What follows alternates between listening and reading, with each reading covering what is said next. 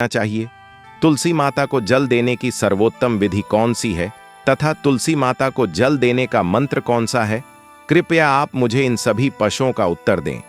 तब भगवान विष्णु देवी मां लक्ष्मी से कहते हैं, हे प्रिय, जिस प्रकार से मैंने तुम्हें तुलसी माता का महत्व सुनाया है, उसी प्रकार से तुलसी माता को जल देते समय बोले जाने वाले मंत्र का भी बड़ा महत्व है। यह मंत्र केवल 3 शब्दों का है, किंतु इसका प्रभाव बहुत कल्याणकारी है। जो भी इंसान प्रतिदिन तुलसी माता को जल दे ते समय अपने मुख से केवल यह 3 शब्द बोल देता है, तो साक्षात मां लक्ष्मी उसके घर में प्रवेश करती है। उसकी दरिद्रता समाप्त हो जाती है, उसे धन धान्य की प्राप्ति होती है। वह मंत्र बताने से पूर्व मैं आपको तुलसी माता के इस मंत्र का महत्व सुनाता हूं। इस महत्व को सुन लेने मात्र से ही इंसान के समस्त पाप नष्ट हो जाते हैं। उसे 1000 वर्षों तक तुलसी माता को जल देने का पुण्य प्राप्त हो जाता है। इसीलिए देवी लक्ष्मी, आप इस कथा को ध्यान से पूरा जरूर सुने। देवी मां लक्ष्मी कहती हैं, हे प्रभु, मैं इस कथा को पूरा अवश्य सुनूंगी। आप मुझे तुलसी माता के मंत्र का महात्मा सुनाइए। भगवान विष्णु कहते हैं, हे देवी लक्ष्मी, दक्षिण में एक अत्यंत शोभा यमा नगरी थी। उस नगरी में रमेश नाम का एक खोटी बुद्धि का ब्राह्मण रहता था। पापियों का तो वह शिरोमणि था। उसका जन्म एक ऐसे ब्राह्मण परिवार में हुआ था जो पाप कर्म करने वाले शास्त्र ज्ञान से शून्य थे। वह जन्म से तो ब्राह्मण था, किंतु कर्म से वह अत्यंत दुराचारी था। वह ना पूजा पाठ करता, ना ध्यान करता, ना जप, ना हवन और ना ही मेहमानों का सत्कार करता था। उसके द्वार पर आए मेहमानों को बिना दान किए ही क्रूरतापूर्वक भगा देता था। स्त्री लंपट होने के कारण वह सदैव ही पराई स्त्रियों में आसक्त रहता था। उसे मदिरा पान करने की भी आदत थी। साथ ही वह मांस खाया करता था। वह दिन में खेत में काम करके पत्ते बेचकर जीविका चलाया करता था और रात में वेश्याओं का सेवन करता था। इस प्रकार से उस ब्राह्मण ने अनेक वर्षों तक जीवन व्यतीत किया। फिर एक दिन वह दुर्बुद्धि रमेश बेचने के लिए पत्ते इकट्ठा करने के लिए एक आर्ष की वाटिका में घूमने लगा और पत्ते तोड़ने लगा। तभी एक काल रूपधारी काले सर्प ने उस ब्राह्मण को काट लिया और उसी समय पर उसकी मृत्यु हो गई। उसके बाद 2 यम के दूत उसे लेने के लिए उस स्थान पर प्रकट हुए और उसे उठाकर यमलोक ले जाने लगे। मार्ग में वह यमदूतों के सामने बहुत विलाप करने लगा। हे दूतों, मुझे कहां ले जा रहे हो? मुझे छोड़ दो, मेरे प्राण बख्श दो। किंतु यमदूत उसे यह कहते हुए ले जाने लगे, अरे दुष्ट ब्राह्मण, तेरे पाप कर्मों के कारण तुझे सांप ने काट लिया है। अब यमदेव तुझे अवश्य घोर नरक में डाल देंगे। फिर यम के दूत उस ब्राह्मण को लेकर कर यमलोक पहुंचते हैं और यमदेव के सामने खड़े हो जाते हैं। चित्रगुप्त उस ब्राह्मण का लेखा जोखा निकालते हैं और यमदेव से कहते हैं, हे धर्मराज, इस ब्राह्मण ने बचपन से लेकर मृत्यु तक पाप ही पाप किया है। इसने कभी कोई पुण्य का काम नहीं किया है। फिर धर्मराज अपने दूतों से कहते हैं, हे दूतों, इस घोर पाप करने वाले ब्राह्मण को उठाकर ले जाओ और इसे नरक में डाल दो। फिर यम के दूत उस ब्राह्मण को ले जाते हैं और नरक की भयंकर अग्नि में धकेल देते हैं। अनेक वर्षों तक नरक में सजा भुगतने के बाद उस ब्राह्मण को दूसरे जन्म में एक बैल का शरीर मिलता है। बैल का जन्म पाकर वह बोझ उठाने का काम करने लगा। उसका मालिक उससे दिन रात काम करवाने लगा। फिर जब उस बैल की शक्ति कम हुई तो उसके मालिक ने उसे एक लंगड़े आदमी को बेच दिया। उस लंगड़े आदमी ने उस बैल को खुद का बोझ उठाने के लिए उपयोग किया। वह उसकी पीठ पर बैठकर घूमा करता था। इस प्रकार से उस बैल ने 8 वर्ष तक उस लंगड़े आदमी का बोझ उठाया। फिर एक दिन वह लंगड़ा आदमी उस बैल की पीठ पर बैठकर किसी ऊंचे पर्वत पर जाने लगता है। उस पर्वत पर बहुत देर तक चढ़ने के कारण वह बैल बहुत थक गया। उसकी शक्ति क्षीण हो गई और कुछ समय बाद वह बैल बहुत जोर से मूर्छित होकर जमीन पर गिर पड़ा और अंतिम सांसें लेने लगा। तभी वहां पर खड़े लोगों को उस बैल पर बड़ी दया आ गई और वे उसके मुख में पानी डालने लगे। फिर उन लोगों में एक पुण्यात्मा व्यक्ति था। उसने उस बैल का कल्याण करने के लिए अपना पुण्य उस बैल को दे दिया। उसे देखकर अन्य लोगों ने भी अपना अपना पुण्य याद करके कुछ पुण्य उस बैल को दे दिया ताकि उसे मुक्ति मिल सके। उसी भीड़ में एक वैश्या भी खड़ी हुई थी। सभी लोग अपना पुण्य उस बैल को दे रहे थे। यह देखकर उस वैश्या ने भी अपना पुण्य उस बैल को दे दिया। कुछ देर बाद उस बैल की मृत्यु हो जाती है। फिर उस स्थान पर यमदूत आते हैं और उस बैल के शरीर से उस ब्राह्मण की आत्मा को निकालकर यमलोक ले जाते हैं। यमलोक ले जाने पर उसे यमदेव के सामने खड़ा किया जाता है और फिर चित्रगुप्त उसका लेखा जोखा देखते हैं तो वे आश्चर्य में पड़ जाते हैं। उस वैश्या के द्वारा उस बैल को दिया हुआ पुण्य बहुत बड़ा होता है। उस पुण्य के प्रभाव से सभी जन्मों के पाप नष्ट हो जाते हैं। फिर देव उस ब्राह्मण के सभी पाप क्षमा करते हैं और कहते हैं, हे ब्राह्मण, उस वैश्या ने तुझे अपना पुण्य देकर तुझ पर बड़ा उपकार किया है। केवल उसी के पुण्य के कारण तुम्हारे सब जन्मों के पाप नष्ट हो गए हैं और यमदेव उसे फिर से इंसान जन्म प्रदान करते हैं। इस बार वह पृथ्वी पर आकर एक उत्तम ब्राह्मण कुल में जन्म लेता है। उस महापुण्य के प्रभाव से उसे इस नए जन्म में अपने पूर्व जन्म की बातें याद आने लगती हैं। जब वह ब्राह्मण बड़ा हो जाता है तो उसे याद आता है कि पिछले जन्म में जब वह बैल था तब एक वैश्या ने उसे उसका पुण्य दे दिया था। इसीलिए उसके मन में उस वैश्या के बारे में जानने की इच्छा होती है और उस महापुण्य के बारे में जानने के लिए उस वैश्या का पता लगाकर उसे ढूंढते हुए उसके नगर में चला जाता है। वह वैश्या अब बूढ़ी हो चुकी थी। फिर जब उसे वह वैश्या मिल जाती है तो वह उसके सामने जाकर उसे बार बार प्रणाम करता है और उस वैश्या का धन्यवाद करने लगता है। वह वैश्या कहने लगती है, हे ब्राह्मण श्रेष्ठ, आप कौन हैं और किस कारणवश आप मुझ वैश्या को धन्यवाद दे रहे हैं? मैंने आपका कौन सा कार्य किया है जो आप मुझे नमस्कार कर रहे हैं? तब वह ब्राह्मण कहता है, हे माँ, मैं वही बैल हूं जिसे तुमने अपना पुण्य दे डाला था। अपने पाप कर्मों के कारण मुझे पिछले जन्म में बैल होना पड़ा था। उस पर्वत पर जब मैं मर रहा था तो तुमने मुझे ना पुण्य दिया था। तुम्हारे पुण्य के प्रभाव से ही आज मुझे फिर से इंसान जन्म मिला है। तुम्हारे द्वारा दिए गए उसी पुण्य के कारण मुझे अपने पूर्व जन्म की सारी बातें याद है।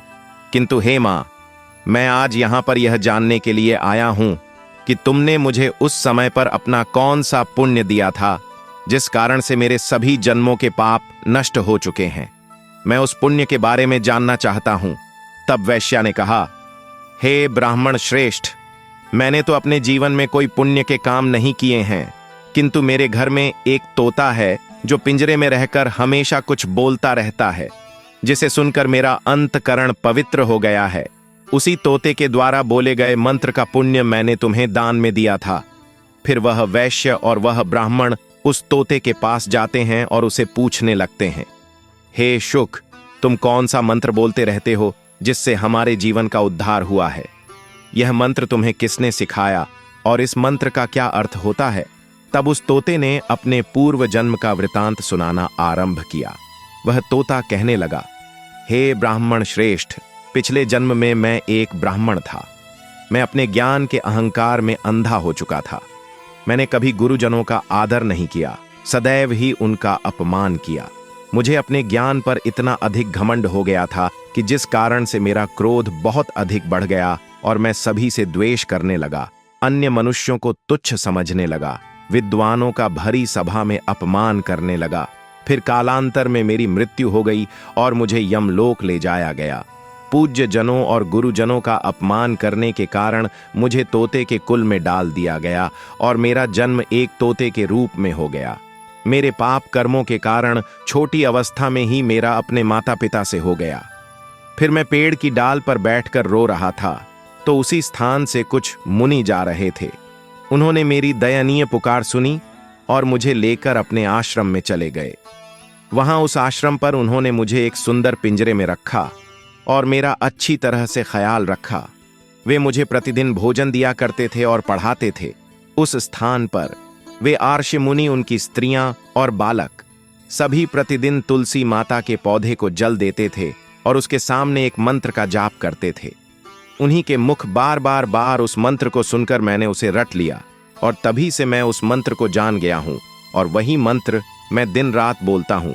उस मंत्र के प्रभाव से मेरी कभी मृत्यु नहीं हुई और मेरी आयु 100 वर्ष की हो गई और मैं इतने वर्षों तक जीवित रहा। इसी बीच एक रात को एक चोर उस स्थान पर आ गया और उसने मुझे वहां से चुरा लिया और फिर इस वैश्या ने मुझे उस चोर से खरीद लिया।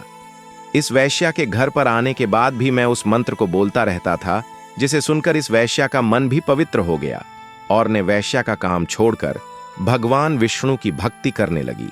उसी मंत्र के प्रभाव से मेरे पूर्व जन्मों के सभी पाप नष्ट हो गए और उसी मंत्र के प्रभाव से इस वैश्या का भी अंतकरण पवित्र हो गया। हे ब्राह्मण देवता, उसी मंत्र के पुण्य से आप भी पाप मुक्त हो गए हैं।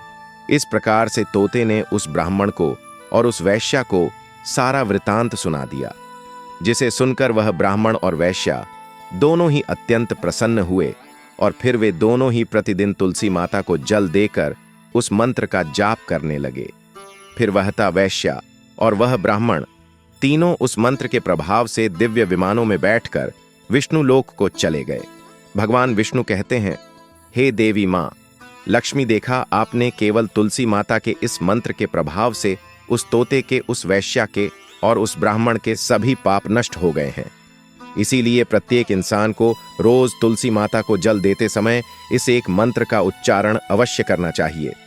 हे देवी, वह मंत्र इस प्रकार है, इसे तुम ध्यान से सुनो।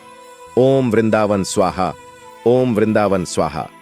भगवान विष्णु कहते हैं कि जो भी स्त्री प्रतिदिन तुलसी माता के समक्ष इस मंत्र का उच्चारण करेगी वह सौभाग्यशाली बनेगी।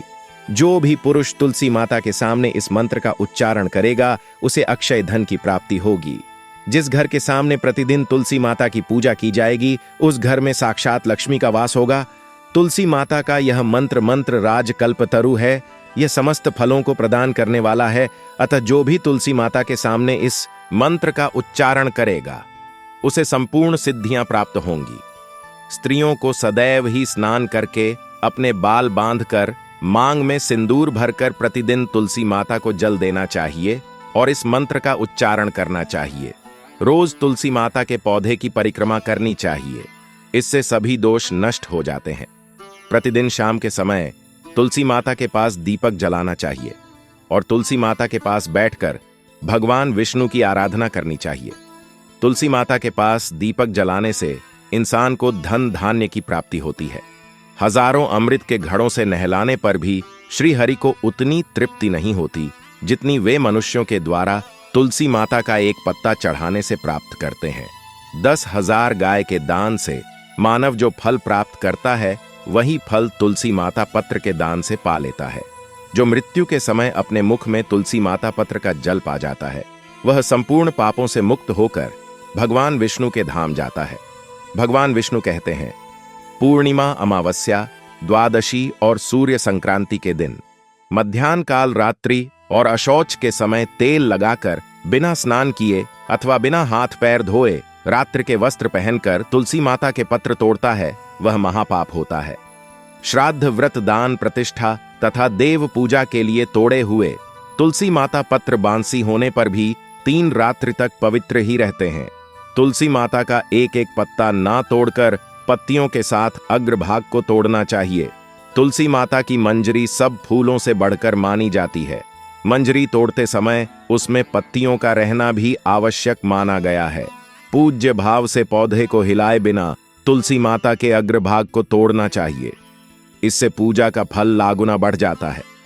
तुलसी माता के पत्तों को कभी नाखून से नहीं तोड़ना चाहिए, इससे पाप लगता है। रात्रि में तुलसी माता के पौधे को स्पर्श न करें अथवा उसके पत्ते न तोड़े, ऐसा करना अशुभ माना गया है। रात्रि में तुलसी माता का पौधा निद्रा अवस्था में होता है, ऐसे में पत्ते तोड़ने पर पाप ही लगता है।